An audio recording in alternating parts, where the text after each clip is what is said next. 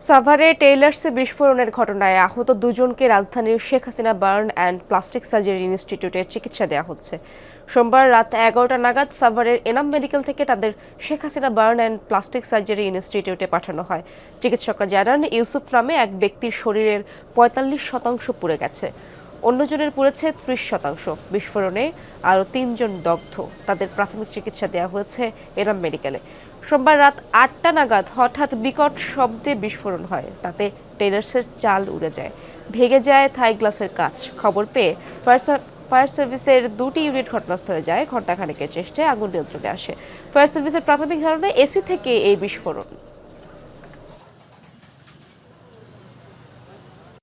দোকানে আগুন লাগছে, এটা দোকানে ছিল, কিভাবে কি কারণে আগুন লাগছে এটা বলতে পারবো না।